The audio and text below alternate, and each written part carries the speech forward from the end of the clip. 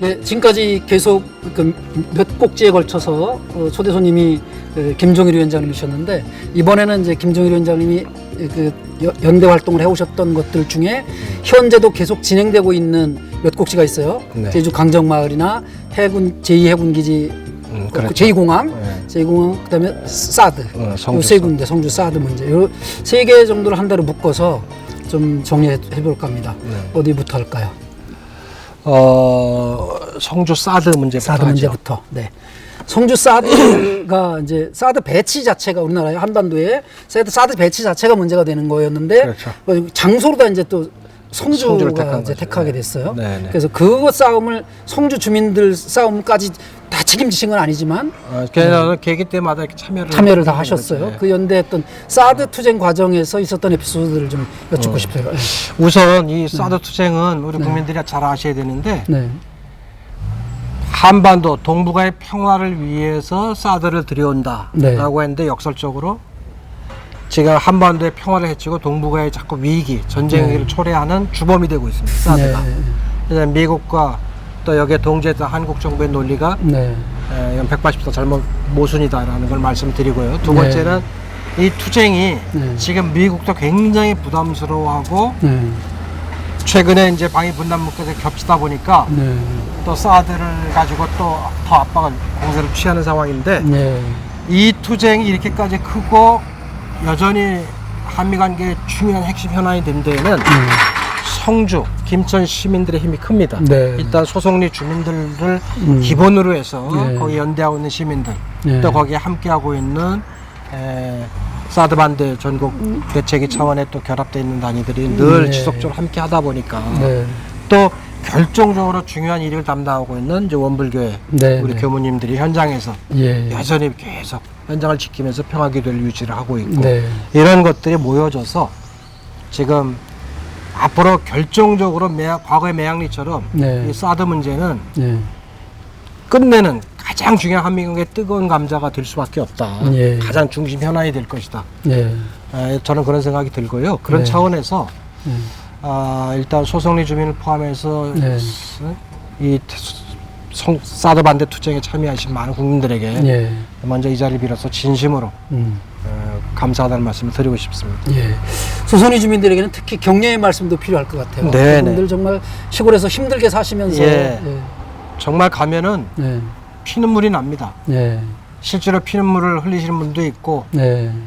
피와 눈물이 번복이 되는 상황들이 현장에서 워낙 처절하게 싸우니까 많이 네. 만들어지고, 예. 또 뭐 많이 다쳐서 골절 환자들이 많이 또 발생하고, 네. 사드 장비 비밀리에 들어가는 상황 막겠다고 해서, 네. 그 다음에 뭐 연행자, 네. 뭐 구속자, 그 다음에 뭐 다양한 벌금으로 또 억압하는 이런 엄악한 지금 공권력 탄압도 심하고 이렇게 해서 예. 지금, 그런데 정말 고맙게도 정말 그런 최악의 예. 그런 조건에서도 오히려 그러면 그럴수록 역설적으로 네. 또 강력한 투쟁 의지가 더 전이가 불타오르는 예. 주민들, 소송리 주민들에게 정말 진심으로 감사드리고, 네.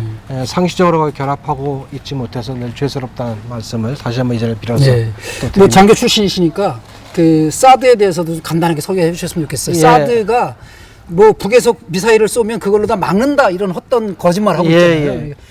그 용어부터 그게 불가능하다는 얘기를 한번.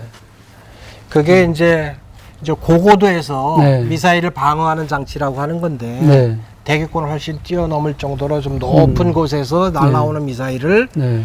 이쪽에서 다 미리 레이더로 탐지를 해서 네. 이쪽에서 또 그걸 요격하는 미사일을 보내가지고 네, 경주시키는 이런 이제 장치라고 하는데, 네.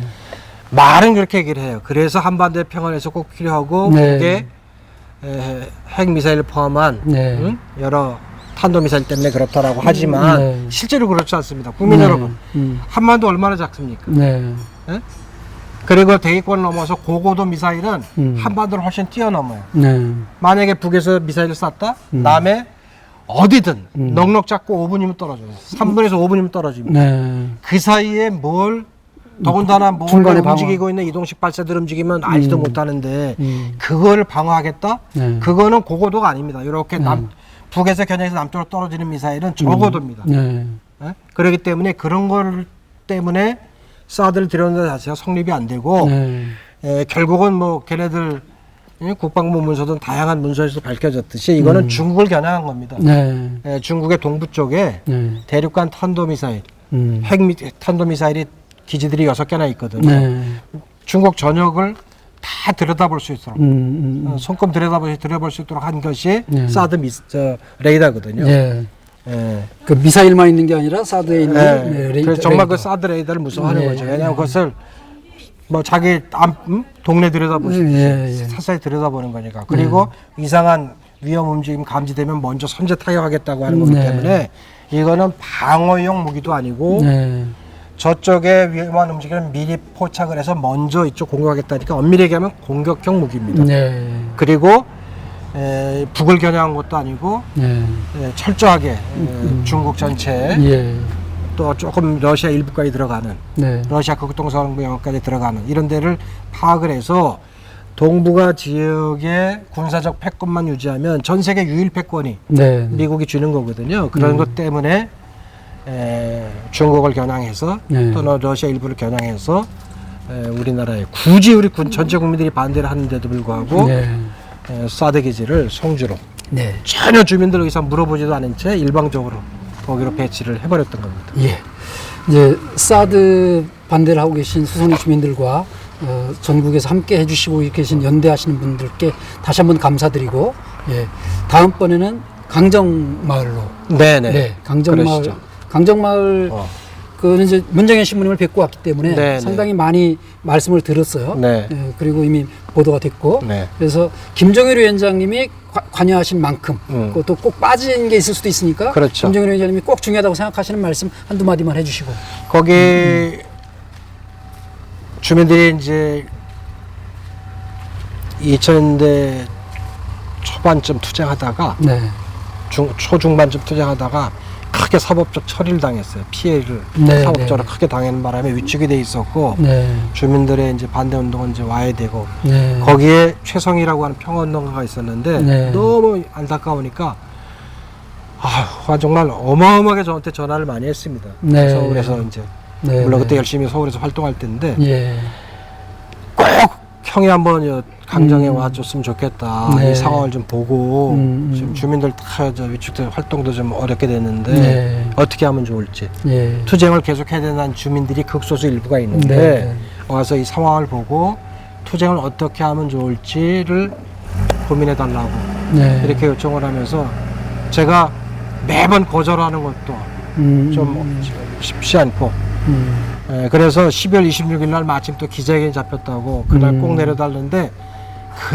그때 전화를 2, 3일 계속 울면서 정말 절박하게 그래서 그때 내가 가슴이 막 뭉클하고 찌릿하더라고요. 양심의 가책도 돼서 그러면 내가 26일 날 기자회견에 가서 현장을 보마 이렇게 해서 2012년 12월 26일 날 아침 일찍 비행기를 타고 내려가서 현장에 가보니까 정말 말도 안 되는 상황이 또 그 상황에서 느껴지는 거예요.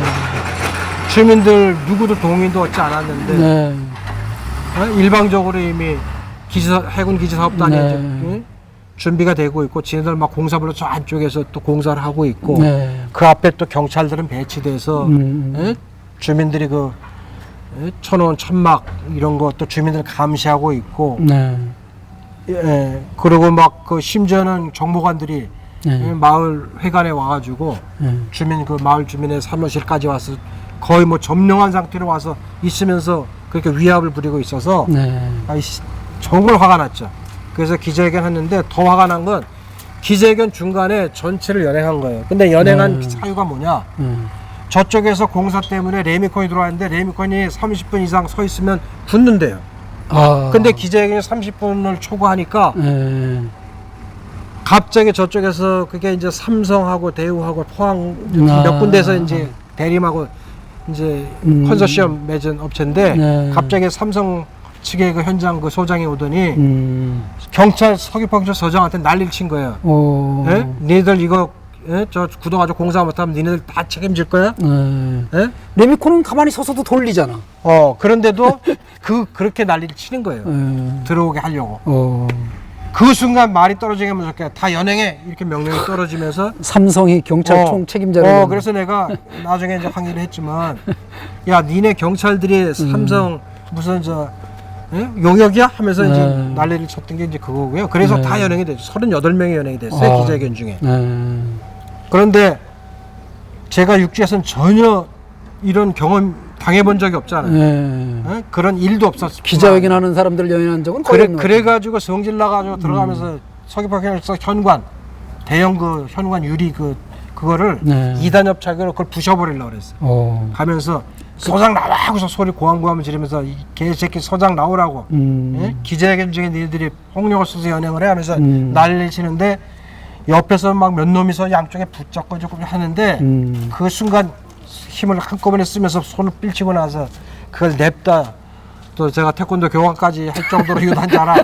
냅다 쳤는데 어마어마한 큰 소리가 꽉 났는데 이게 깨지질 않네. 강화유리인데 깨지겠어? 발목이 부러지지? 깨져야만 아니 이 발로 찼으니까 2단협 차기를 그런데 안 깨지더라고 황소가. 그 소리에 연행자들이 전부 다 놀래고 그래서 로비에 서서 소리 질렀죠. 연행자 여러분 이거 다 불법 폭력 연행 이거 경찰의 다 잘못입니다. 이 자체가 원인무효입니다. 절대로 조사에 응하지 말고 여러분들도 항의를 하셔야 됩니다. 그리고 조사는 헌법에도 거부하도록 보장이 되어 있습니다. 이 자체가 불법이기 때문에 불법에 동조하면 우리도 불법에 참여하는 것이 된다고. 그래서 조사에 응하면 불법에 동조하는 것이 된다. 이렇게 하면서 그러니까 이제 그런 모습을 처음 본 거예요. 서귀포 경찰들. 그런 일도 없었지만. 게다가 놀래가지고 막 연행 친구들이 깜짝 놀라더니 지들 그래 얼굴 무셔라 이런 거예요. 근데 대부분 이 제주 경찰들은 거의 한 60-70%가 제주도 출신 경찰들이 거기서 공부를 하니까 처음 본 거죠. 그래서 제가 이 새끼들 너희들 불법으로 연행해서 당장 서장 불러가고서 이제 서장실로 2층으로 올라가려고 했더니까 거기에 또 한 20-30명이 그걸 막고서 여기 올라오시면 안 돼요. 올라오시면 그래서 사무실 연행자들 있는 곳마다 찾아다니면서 이거 불법 연행이다. 폭력 연행이고 이거 육지에서는 이런 거 있을 수가 없다. 이건 당장 서장 사과를 받으려고 서장 면담을 할 거니까 절대로 이 불법에 응하지 말라고 그러면서 해서 다 조사 거부하고 있고 끝내는 그 투쟁 때 저를 이제 서장 면담 잡혔다고 이렇게 하면서 사복들이 한 10놈이 오더라고요. 그래서 이제 서장님 면담하자고 해서 잡혔. 그러면서 저만 뺀 거예요. 그래가지고 저를 다른 낙장차에서 서귀포 경찰서에서 제주 서부 경찰서로 저를 혼자 이송시켰고. 그래서 그 승합차 안에서도 엄청 싸웠고. 그 과정에서 힘을 좀 한꺼번에 좀 많이 썼더니 좀 허리도 뻐근하고 막 통증이 느껴지길래 서부서에 도착하자마자 서귀포서는 아무 상황도 모르잖아. 야, 나 허리 아프니까 이런 의자에 못 앉아. 그러니까 소파 긴 거 가져와. 그래가지고 난리를 쳤더니 또 소파 긴 걸 가져와. 야, 베개 가져와. 뭐 가져와. 시원한 물 좀 가져와. 해가지고 하니까 서귀포서는 죽는 거죠. 영문도 없고.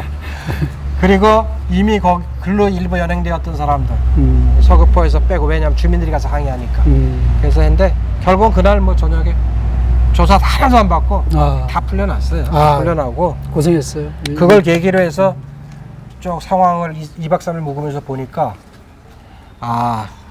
초기엔 초동에 너무 심한 탄압과 사법 처리가 있으니까 다 위축이 됐구나. 지속해요. 거기에 시위에 그동안 시위에 참여해서 기사합던 찍을 때 항의했던 사람들을 주민들 다 연행해서 다 최하 벌금 제일 적은 사람이 300, 기본이 벌금 500을 때렸어. 농민들한테. 그러니까 거기서 이제 완전 위축이 돼버린 거고 전과자 된다는 것 때문에도 그렇고 그렇게 해서 제가 2박 3일 만에 올라와서 동태 파악하고 고건일 이제 나중에 보건 대책위원회 새로 꾸리고 주민대책위원장 맡았던 고건일 위원장 만나고 당시 마을의 부장이었던 조경철 부회장 만나고 마을회장 강동규 회장도 만나서 제가 이제 설득을 했죠. 설득한 요지는 간단합니다.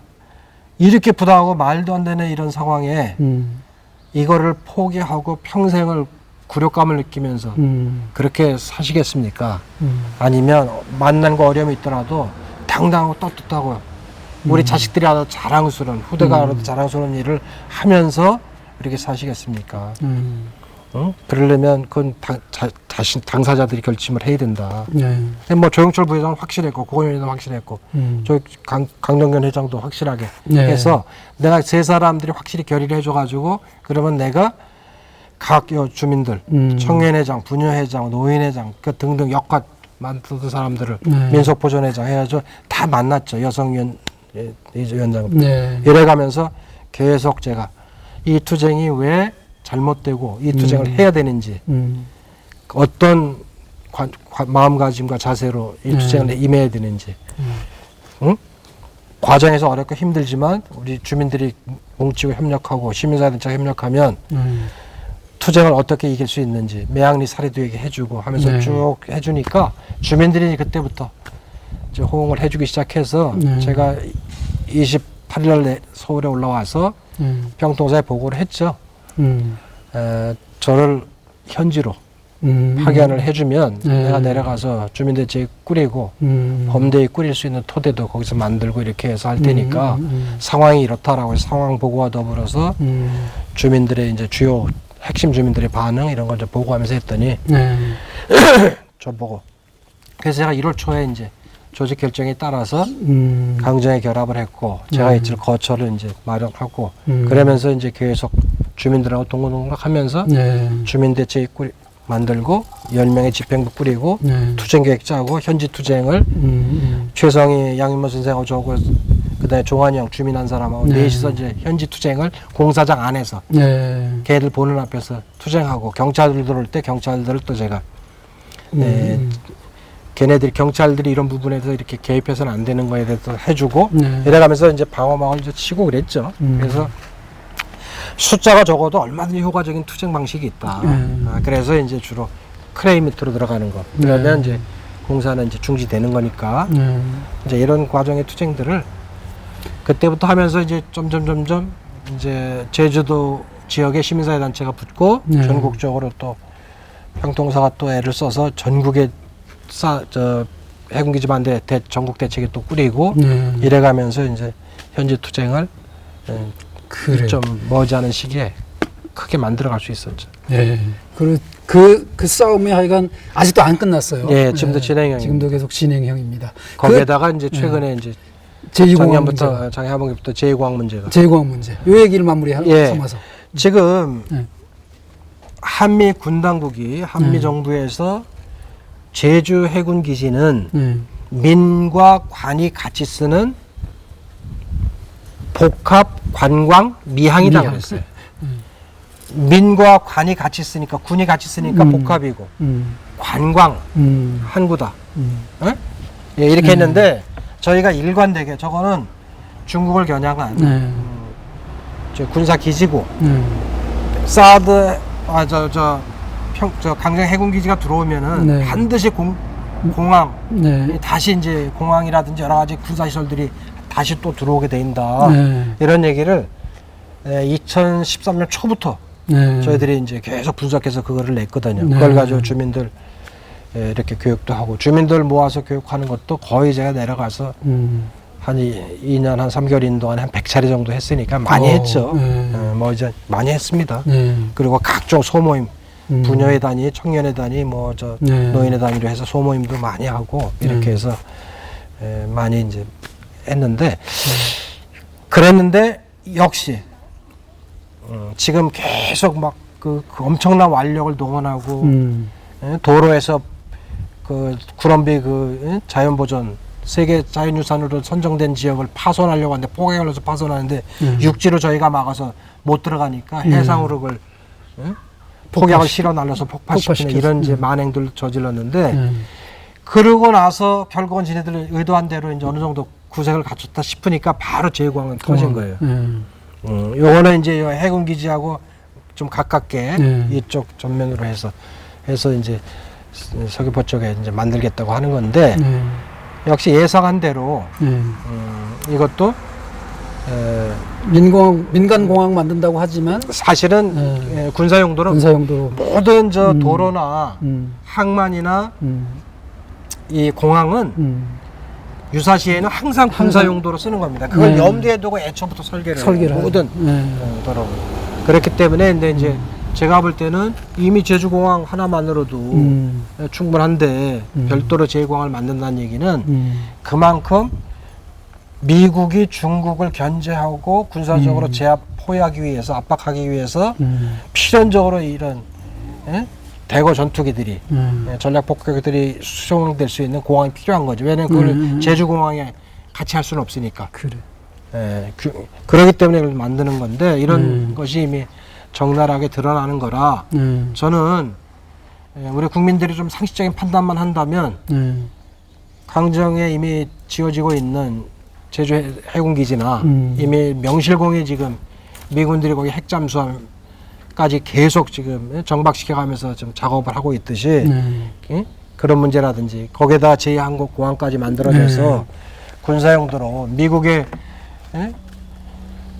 전투 폭격기라든지 그 다음에 뭐 전략 폭격기, 스텔스 전투기 이런 것들이 들어올 수 있는 것들이 이제 합법적으로 만들어지면 천의 군사 요새가 되는 거다. 거기에 일본까지 지금 가세를 하려고 하는 거니까 그렇게 돼서 중국을 그러면 중국과 미국이라고 하는 거대 고래 싸움에 한반도 제주를 정점으로 한반도 전체가 그 전쟁 중앙에 배치되는 꼴이라 그런 일이 평화가 절대로 아니다. 그렇죠. 이건 전쟁을 위기로 고조시키는 거다. 그렇죠. 전쟁이 절대로 일어나서는 안 되지만 만약에 미중 간에 우리나라와 관계없이 미중 간의 전쟁이 일어나면 제주도 폭격 대상인 거죠. 그냥. 당연하죠.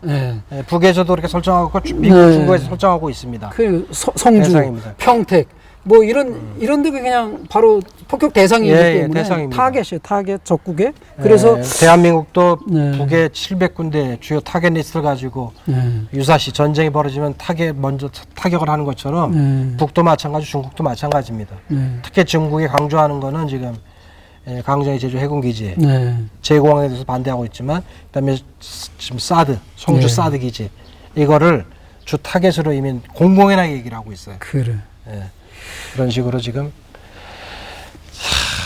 그래요. 연대 활동하시느라고 아주 머리가 휘었게 쉬고 아까 인터뷰 도중에 좀 잠깐 나왔었지만 그 얘기만 마무리 한번 듣고 허리를 크게 다치셔서 그게 지금도 오랫동안 서 있기가 힘들 정도로 그렇습니다. 그렇게 건강이 안 좋으셔요.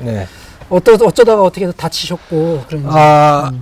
제가 2017년 3년 전에 외통부 앞 집회하다가 허리에 날카로운 통증을 느껴 쓰러졌는데 그래서 정밀 진단을 받아보니 허리 4번, 5번 요추가 정상인보다 2배 벌어져 있는 상태예요. 그 원인을 추적해 보니까 옛날에 그 87년 유월항쟁을 거쳐서 간선제가 직선제로 바뀌어서 최초로 대통령 직선제가 부활됐던 그 선거 때 구로구청이라는 곳에서 부정 노태우를 찍거나 아니면 빈 부정 투표함이 엄청나게 발견이 된 거죠. 구청장실에서. 그거를 발견하고 나서 사람들이 분노가 치솟고 이래가지고 이제 모였던 거고요. 투표함 막 사수작전도 하고 막 그랬죠. 그랬던 기억나요. 그거를 뺏으려고 막 백골단 투입하고 막 경찰들 엄청 포진시켰기 때문에 이 부정투표함을 우리가 지켜야 된다 해가지고 거기서 구청장실에서 수십 명이 들어가서 그걸 하고 그 다음에 그 양마당과는 떨어져서 다치기도 하고 그랬더라고요. 양원태라고 양원태 옥상에서 떨어져서 허리에서 반신불수가 됐죠. 그래서 저는 이제 그때 그 소식을 듣고 저 경기도 시흥시에서 공감도 활동하다가 그 소식 듣고 분노해서 한 걸음에 뛰어갔죠. 들어갔더니 이미 한 1000여 명이 모여 있었고 사람들 계속 오고 있었고 그러면서 구청장실 가보니까 정말 누가 봐도 명백하게 부정 투표가 있었구나라는 것을 알 수 있을 정도로 확인이 됐고 그래서 이제 거길 지키고 있는데 원래는 그때 제 거처가 저 시흥시 소래동에 시흥시 살았기 때문에 소래 쪽에서 그래서 집도 멀고 그래서 이제 가려고 그랬는데 보니까 분위기가 심상치 않아요. 뉴스도 그렇고. 그 다음에 막 경찰들이 보니까 백골단들을 배치시키는 것 같아요. 저 2호선 그 전철역 대림역 고가 밑으로. 야, 이거 큰일 나겠구나 싶어서 그날 이제 밤을 아무래도 이제 집에 가는 게 무리다라고 생각을 했고, 제가 일부러 밤에 이미 장교로 군생활도 했고 지휘관도 오래 했기 때문에 주변을 쭉 정찰해 보니까 완전 무장을 한 백골단들이 수천 명을 대기시킨 거예요. 직감이 왔습니다, 저는. 이게 자칫 제2의 광주 참상이 벌어질 수 있겠다. 이렇게 생각해서 그때 양심에 갈등이 있어서 솔직히 이러다가 누가 죽을 수도 있다라는 생각을 했고, 그게 날 수도 있다는 생각도 있고, 그 공포감도 느껴지고. 당연히 끔찍하죠. 그런데 차마 이 자리를 벗어나야지라는 마음이 순간적으로 없었던 건 아니지만 만약에 내가 이 자리를 피하면 누군가 죽는다. 나 대신 죽는다. 이 생각 때문에 저를 못 움직이게 했고, 결국은 내가 그렇다면 피해를 최소화하고 최소한 피해를 막는 게 뭘까 이 생각을 한 거고, 그렇다면 밖에 쟤네들이 진입해 들어올 때 밤에는 진입을 못해요. 새벽녘 동틀 때 들어오는데 그때 최소한 2시간만 버틸 수 있는 이 방어선을 구축을 하면 되겠다 싶어서 제가 이제 학생들한테 제 소개도 하고 나 이런 사람이고 내가 군대도 갔다 와서 이런 그래서 내 기준에서 볼 때 학생들이 단순하게 이렇게 뭐 사수대 꾸리고 이런 정도 가진 택도 없다. 내가 쭉 정찰해 보니까 쟤네들의 진압 장비라고 하는 것이 상상을 초월한다. 그리고 이미 백골단이 지금 한 2,000명에서 2,500명 배치돼 있고 걔네들 내일 적어도 동틀 무렵 새벽 한 6시 전후에서 투입을 시킬 건데 아니면 하여간 6시 전후에서 투입을 시킬 거다. 그랬다면 우리가 2시간 정도만 막아주면 그때 이제 사람들이 나오고 출근한 사람들도 나오니까 그래서 우리가 버티면 되는데 그러기 위한 준비를 해야 된다. 지금 사수대가 좀 택도 없다. 무슨 이쪽에 방어 무기가 있는 것도 아니고. 그래서 다행히 그 주변에 카센터 공사장들이 많았어요. 공사장 가서 나무들, 그 다음에 여기 저 카센터가 쭉 나란히 한 20군데가 있으니까 거기 가서 밖에다가 엔진을 갈아주면 그 폐유들 모아놓은 드럼통이 있다. 그거를 가져와라. 폐유들을. 방가시유들 거기다 폐유통에 담아놓는데 드럼통에. 그거를 어떻게든 가서 어디서 리어카를 구해가지고 가져와라. 그래가지고 그 주변 카센터를 돌면서 방가시 폐유를 드럼통째로 많이 이제 가져온 거고 공사장 가서 미안하지만 자재들을 엄청 실어 왔어요. 그래가지고 1선, 2선, 3선을 그 강목 나무 그 폐자재로다가 설치를 하고 거기다가 이제 타이어 뭐 쓴 것들 이런 것도 주워다가 얹혀놓고 거기다가 방가시유를 쫙 뿌린 거예요. 세 군데다. 그 다음에 이 사이사이에 일선이 합분하게 되면 이쪽으로 신호를 보내는 방법도 가르쳐주고 돌을 두 개를 한꺼번에 던지면 이건 위험하다. 이거 뚫렸다라는 신호로 해라. 그 다음에 하나 던지면 괜찮다. 그런다 뚫렸다. 얘네들 요구를 뚫고 넘어갔다. 이렇게 되면 2개 내지 3개를 많이 아니 33년 전 사건을 무슨 디테일하게 그 정도까지 다 기억을 하고. 아니 왜냐하면 그 투쟁이 이제 워낙 중요했기 때문에 역사상 처음으로 직선이 대통령 이루어졌고 직선제 게다가 단일화가 실패하면서 또 부정선거까지 겹쳐서 정권 교체를 못했고 그 와중에 했고 그때 제가 거기서 사수대 지휘하다가 백골들한테 최초로 진압이 된 거예요. 근데 저도 뭐 태권도 교관도 군에서 한 2년 해고 그래가지고 공인 태권도 2단이기도 한데 그래서 단단히 준비를 하고 겨울철에 나갔죠. 파카도 두꺼운 거 입고 장갑도 이따만한 마치 그 펀치 치는 장갑처럼 그런 걸 가지고 가서 했는데도 집단적으로 밀고 들어오는데 제가 감탄을 한 게 그 구로청 담이 꽤 높았어요. 밖에서 보면 거의 한 2m, 한 3m 돼요. 근데 그거를 딱 뛰더니 발을 딱 붙잡고 탁 손잡고 넘어요. 그럴 정도로 기동대들 해서 백골단이 오니 게임이 안 되는 거죠. 진압이 됐고 그 아스팔트에 진압이 돼서 그때 한 10명 정도 진압이 됐는데 똑같이 일자로 이렇게 누워놓고 아스팔트에 배를 깔게 누워놓고서 영하 체감온도 한 20도가 넘어갔는데 바닥 뛰고 기색 올라가서 백골단들이 진이긴 거예요. 군합발로. 네. 그리고 군합발 뒤축을 들어가지고 그걸로다가 찍어요. 아유. 네, 그런 과정에서 저는 게다가 또 이런 긴 장봉하고 그 강목 같은 걸 무조건 두들겨 펴요. 있는 사람들. 네, 근데 저는 머리만 안 맞으면 된다. 머리가 가장 중요한 부위니까. 그래서 머리만 감싸고 있었고, 그래가지고 그렇게 막 저는 오히려 아마 평생 다시 태어나서 마저도 그렇게 안 맞을 정도로 강목과 저 긴 장봉으로다가 거의 한 400~500대 맞았을 거예요. 나중에 나와보니까 온몸 전체가 이 등 쪽은 다 피멍이던데, 그래가지고 그러니까 몸이 따뜻해져 맞으니까 열기 때문에. 아유. 그래서 순간 편안함을 느끼기도 했어요. 바닥에 막 추워가지고 막 생선처럼 튀고 그랬는데 움직인다고 또 두들겨 패고 맞으면 또 그 맞은 것 때문에 열기가 생겨서 또 잠시 있다가 또 5분 뒤에 또 튀면 또 그래가지고 과장되면 1000대, 아무리 약속하게 잡아도 500대 이상은 맞은 것 같아요. 그리고 이제 고개 숙이고 앞사람 살고 구로구치나 유치장 들어갈 때 거기서 또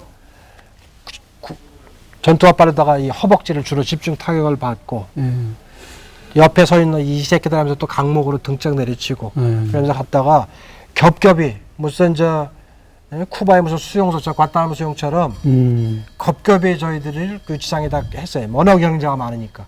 그래서 저는 그날 저녁에 영도경찰서로 갔는데, 영도경찰서에 연행된 인원만 한 100명 됐어요. 분산시켜요. 서울 시내 경찰서로. 연행만 1500명 가까이 했으니까. 그러는 바람에 영도경찰서에서도 요 접이 철제 의자에 4박 5일 동안 요러고만 있었어요. 그러다 마지막에 이제 대공분실 지하 구로 영동에서 그 영도포 쪽에 대공분실로 끌려가서 대원과장하고 담판을 짓고 다행히 또 대원과장이 내가 근무에 저에 대해 실험 파악을 했더라고 이미.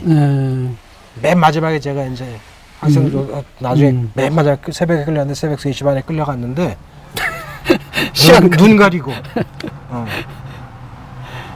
정말 그랬죠. 근데 어쨌든 잘 버텼습니다. 살아난 것만 해도 지금 얘기 들어와도 그때 허리를 크게 다쳤어요. 크게 다쳤어요. 그 살아난 것만 해도 대단할 정도로다 크게 맞았고 그런데 구로구청 사건을 모르는 분들도 굉장히 많을 텐데 실제로는 그분들이 그때 거기서 기록이 남아 있으면 다들 민주화 보상법에 의해서 보상받지 않았나요? 일부 받았고. 김정일 위원장. 저는 안 받았습니다. 받았고. 안 받은 거예요? 못 받은 거예요? 어떻게 된 거예요? 아니 저는 뭐 그런 거 가지고 뭐 보상 신청을 하냐. 신청을 안 내가 무슨 이런 것 때문에 한 것도 아니고. 그리고 뭐 허리를 크게 다친 뭐 양원대 씨를 포함해서 이제 그때 많이 실제로 구속이 됐던 사람들. 저는 5일밖에 안 있었으니까 구류도 아니고 끝끝내 거부해가지고 나중에 대공분실까지 끌려가서 새벽에 단판을 지었는데 마침 그 당시 대공과장이 제가 근무했던 백오야전병원 옆에 3기갑 육군단 직할 기갑부대 대대장 출신이더라고요. 그랬더니 개인적 백으로 그러더라고요. 딱 보더니 무슨 김정일 씨 백오야전병원에서 근무했구만. 나 3기갑 대대장 출신이야. 그래서 시위하는 것도 좋은데 맨 앞에 나서지 마시오. 결국 당신만 손해를 보는 거니까 몸도 상하고 손해 보니까 당신이 그런 마음을 가지고 있는 건 좋지만 너무 앞에 일선에 나서지 말라. 이렇게 충고를 하면서 성직자 설교도 해주시고 믿을 만한 사람, 보증인 한 사람 불러서 서명하고 나가라는 소리 많이 나왔죠. 네, 그래요. 하여간 어쨌든 무사하게 살아있는 건 감지덕지긴 한데 고생 많으셨습니다. 그동안 긴 시간 동안 허리도 아픈데 꼭 참고 이렇게 긴 인터뷰에 응해 주셔서 고맙고요. 시청자 여러분들께 마지막으로 이제 한 말씀. 시청자 여러분, 아직 안타깝지만 전 세계 유일한 분당 국가로 남아있고 전쟁이 벌어지면 우리나라 군대는 우리나라 대통령이 지휘를 못하는 전시 작전 통제권을 외국 군대 사령관한테 준 나라는 전 세계 딱 우리나라가 유일합니다. 이런 측면에서 여전히 우리가 한반도의 평화와 통일로 나아가기에는 넘어야 될 과제, 숙제들이 많이 있다 이렇게 생각을 하시고요. 저는 끝끝내 우리의 꿈은 실현된다고 봅니다. 2002년 월드컵 때 꿈은 실현된다고 꿈은 이루어집니다. 그거를 하면서 월드컵 4강 갔듯이 전 세계에서 가장 평화롭고 또 통일되고 가장 부강한 나라로 나아가는데 현재 이 산적한 문제들이 우리 국민들이 평화 통일에 대한 관심, 또 우리 분단 현실과 성주를 포함한 각종의 투쟁 현장들에 대한 관심을 여러분들이 함께 모아주시고 평화적인 촛불 시위에 함께 참여하는 이런 저력을 끝끝내 우리가 모으고 확산시킨다면 결국에는 우리가 이기게 되어 있습니다. 불평등 한미관계는 그 시점에서 청산이 되고 정말 세상에서 가장 멋진 우리 한반도가 통일국가를 구성할 수 있다는 점을 꼭 말씀을 드리고 싶습니다. 고맙습니다. 예, 고맙습니다. 시청자 여러분 다시 한번 감사드리고요. 경기도 양주시 광정면 효천리 효순미선 평화공원에서 진행된 김정일 위원장님과의 인터뷰였습니다. 지켜봐 주셔서 고맙습니다.